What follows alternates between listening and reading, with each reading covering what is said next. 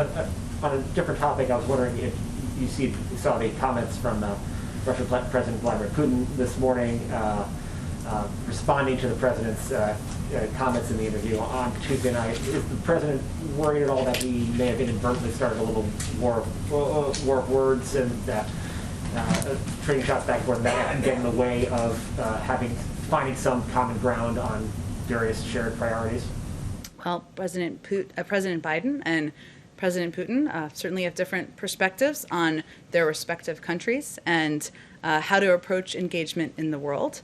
But where they agree is that we should continue to look for ways to work together, as was noted in part of President Putin's comments. And there are areas of mutual interest. New START, which we just extended for 5 years, is an example of that. Obviously, Russia is also a member of the P5+1 as we look ahead to what's possible there as it relates to preventing Iran from acquiring a nuclear weapon. So we are confident that we can continue to look for ways where there's a mutual interest, mutual national interest, but the president is not going to hold back, clearly, when he has concerns, when he has, whether it is with words or actions.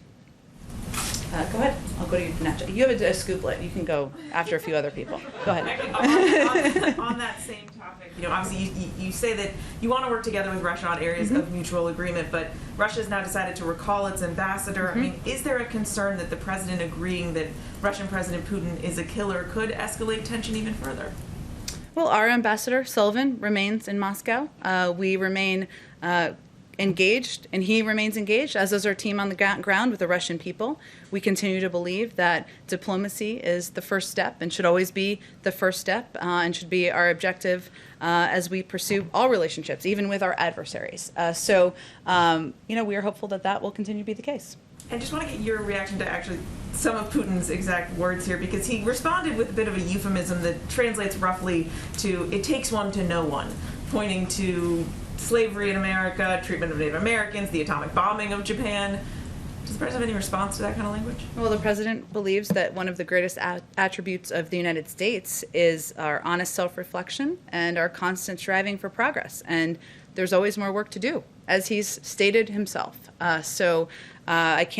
I've been doing this long enough not to try to get in the mind of President Putin, but I can assure you that President Biden still believes there's more work we can do here in our own country. Go ahead. Just to follow up quickly, you're talking about self-reflection, does President Biden regret calling Vladimir Putin a killer?